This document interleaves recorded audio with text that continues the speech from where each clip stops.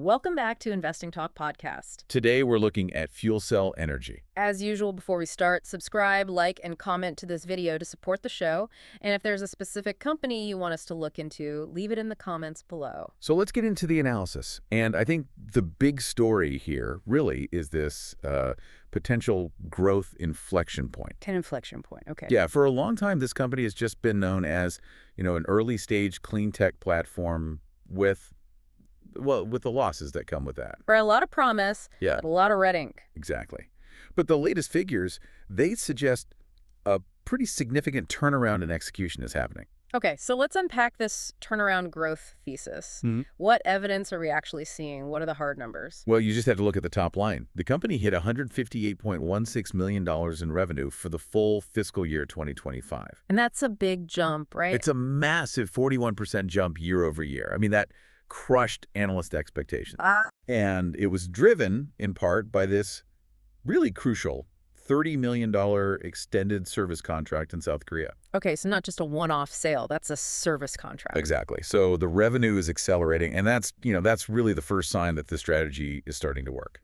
That's some strong top-line momentum. But what about the bottom line? I mean, this space is notorious for just burning cash. And this is where it gets really interesting. The losses, they're shrinking considerably. Okay. The adjusted net loss per share in Q4 improved by 55% year over year. 55%. 55, yeah.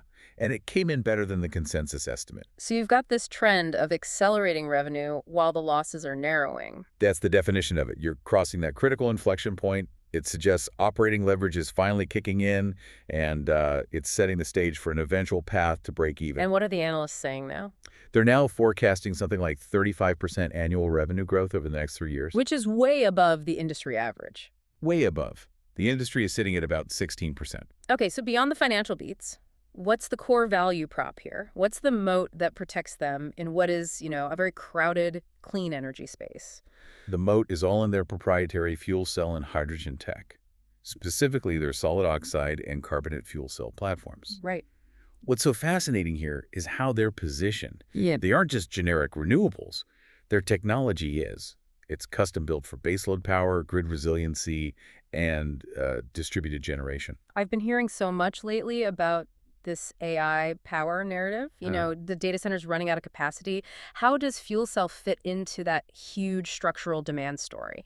They are a direct beneficiary of that trend, 100%. How so? Their solutions offer clean, resilient, on-site power. That's exactly what these high-compute environments like data centers need. On-site power, okay. And they specifically use this proprietary absorption chilling for thermal management. There's a key differentiator when you're trying to power dense computing infrastructure. So they're not just providing the power, they're helping with the cooling problem too. Exactly. If we connect this to the bigger picture, you've seen similar names rally, and rally hard, on partnerships in this exact space. FuelCell offers a kind of leveraged, small-cap way to play that same demand story. So they have the tech, they have the market tailwind, and these long-term relationships, right? That's it. Large deployments are tied to multi-year contracts, power purchase agreements. That creates really high switching costs once a customer commits to the platform. You're not just going to rip it out next year. No way. Plus, their solutions qualify for all sorts of clean energy incentives and tax credits, which just reinforces their competitive position. Okay, so the growth numbers look good, the tech looks good, but we have to address the financial reality. We do. This is a capital-intensive sector, and the company is still loss-making. They still have negative free cash flow.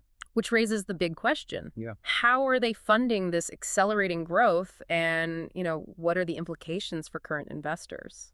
They're primarily equity funded, and they're prioritizing solvency over taking on a lot of leverage. Right. So they recently expanded an at-the-market common stock sale plan. It's designed to bolster cash and fund these growth investments. So they're selling shares into the market. Yes, and that decision, it definitely reduces bankruptcy risk, but it comes at a cost. Dilution. Short-term dilution, absolutely. And we saw the market react to this, didn't we? It caused a pretty noticeable price drop. Investors are cautious. Of course. But the bull case here is that this is growth capital well spent. Okay, explain that. Crucially, they ended the last quarter with a really robust $1.19 billion backlog. A billion-dollar backlog. Yeah. That gives them some serious revenue visibility. Serious visibility. And they also secured $25 million in XM Bank financing for their South Korea project, which, helps mitigate some of the near-term liquidity pressures despite that ongoing cash burn. So the narrative is accept the dilution now to fund this massive backlog and the production ramp. Which gets them to their goal of 100 megawatts of annualized capacity. And that's the magic number that gets them to positive adjusted EBITDA. That's the target, yeah. Let's move to market perception. It's been tilted neutral to, somewhat bearish? I'd say so, yeah, and that's mainly due to governance optics and those dilution fears we just talked about. Right, and we saw that roughly 8% drop after the termination of a key executive. Who did? The Executive VP, General Counsel, and Corporate Secretary, Joshua Dolger. That's a significant shock to investor confidence. It is. But the company, to their credit, they moved very quickly to appoint a replacement, Amanda J. Schreiber. Yes, so they acted fast. That rapid action really tempers concerns about a leadership vacuum. And what's more, the overall technical picture. It actually shows momentum, despite all this volatility. Really? Yeah, shares have rallied 34% in the last month. 34%. And they're up 133% from the 52-week low. So what's the technical roadmap here for someone listening? Where are the key levels? Well, right now, the price is trading above both the 50-day and the 200-day moving averages. Which is a classic bullish signal. It is. It indicates an accumulation phase. And analysts seem to reinforce this upside potential. The average 12-month target clusters around $9, with the high target hitting $12. So that implies significant potential upside from where we are now. It does. And the current valuation at 1.36 times sales, it also looks kind of low compared to the industry average of 1.81. Okay, so looking ahead then, what are the near-term catalysts that could, prompt a swing trade or even just cement that long-term bullish thesis? The next key moment is definitely the upcoming quarterly earnings report that usually falls in the late February to early March window. And what will people be watching for? Investors will be focused very heavily on continued margin improvement and, of course, backlog conversion. Converting that big number into actual revenue? That's the game. And beyond that, the macro story around the AI data center boom is crucial. Any announcement about a large-scale partnership. Like deals we've seen competitors get. Exactly. That would be huge. So let's summarize the biggest risk before we wrap up. What keeps the bear up at night here? The bear is focused on the fact that despite the revenue beats, the company still has persistent cash burn and negative gross margins. Which leads to the need for the reliance on equity raises, which results in dilution. We also saw an insider sell shares back in December 2025, which can signal caution, and short interest is up. Right.